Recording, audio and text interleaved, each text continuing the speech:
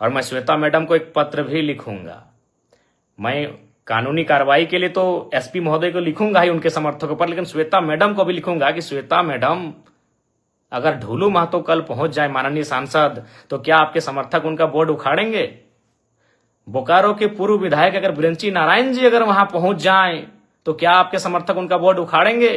क्योंकि बोकारो जिला से हमारे योगेंद्र प्रसाद मंत्री जी आते हैं। कल को अगर विस्थापितों के समर्थन में योगेंद्र प्रसाद मंत्री जी पहुंच जाएं, तो श्वेता मैडम, क्या आपके समर्थक और आप उनका बोर्ड उखाड़ेंगे? क्या कल को रघुवर दास जी चूंकि गिरिडीह आए थे, हो सके कल बोकारो अगर आ जाए पूर्व मुख्यमंत्री रघुवर दास जी, क्या आपके समर्थक उनका बोर्ड, उनकी गाड़ी का नंबर प्लेट उखाड़ेंगे?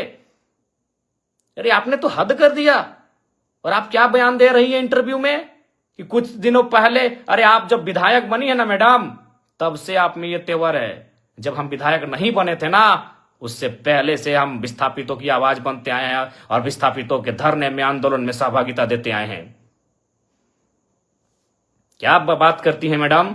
आप एक स्त्री थी इसीलिए मौन रहें, आप एक नारी थी इसलिए मौन रहें। बाकी आपको स्वयं मालूम है आपने आज क्या कृत्य किया। हमने ना आपको कुछ बोला था, हम तो, मेरी गाड़ी वहां खड़ी हुई थी, हम तो केवल आपके, हमारी गाड़ी गई थी ना, हमको तो मालूम भी नहीं। आप एक महिला हो के विधायक हो के इस प्रकार आई। पहले तो विरोध किया, हमने आपसे पूछा कि मैडम क्या बात है, क्या बात है? आपने पहला लाइन यही कहा कि मेरा विधानसभा है, आप कैसे आ सकते? हद है भाई।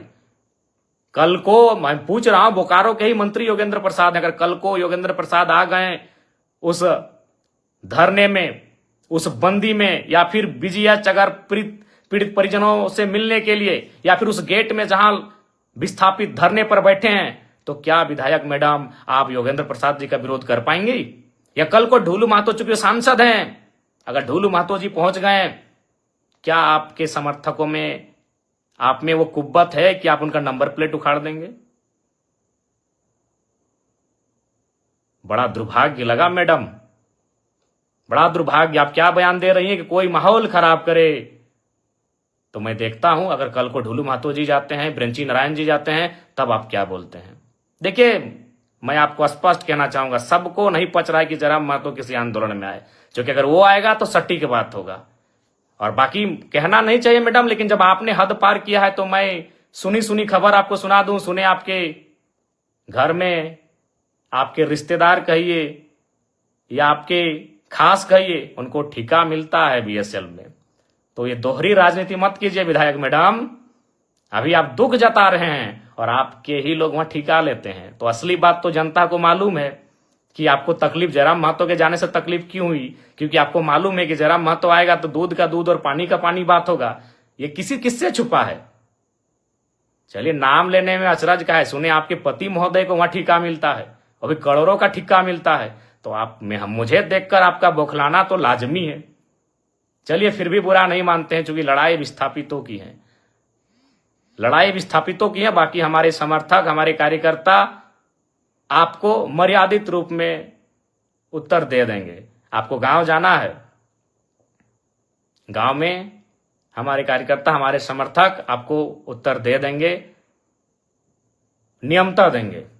लेकिन आपका ये जो बयान, ये भर्सन कि बोकारो मेरा है, बोकारो विधानसभा मेरा है, वही तो हम देख रहे हैं। अगर कल योगेंद्र प्रसाद, चूंकि तो गोमिया के विधायक हैं, आपके हिसाब से गोमिया के विधायक हैं, अगर वो कल चले जाते हैं माननीय योगेंद्र प्रसाद, तब आपके समर्थक उनका बोर्ड तोड़ते हैं कि नहीं तोड़ते, ये भी हम देखेंगे।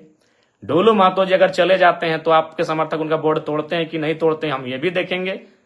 और अगर बिरंची नारायण पूर्व विधायक बोकारो अगर जाते हैं कल विस्थापितों से मिलने या धरना स्थल पर, तो आपके समर्थक उनका बोर्ड तोड़ते हैं कि नहीं तोड़ते हैं, यह भी हम देखेंगे। ये दुर्भाग्यपूर्ण है, आपकी संकीर्ण सोच को आश्चर्य लग रहा है कि आप इतना संकीर्ण, आपकी सोच कैसे हो गई आज।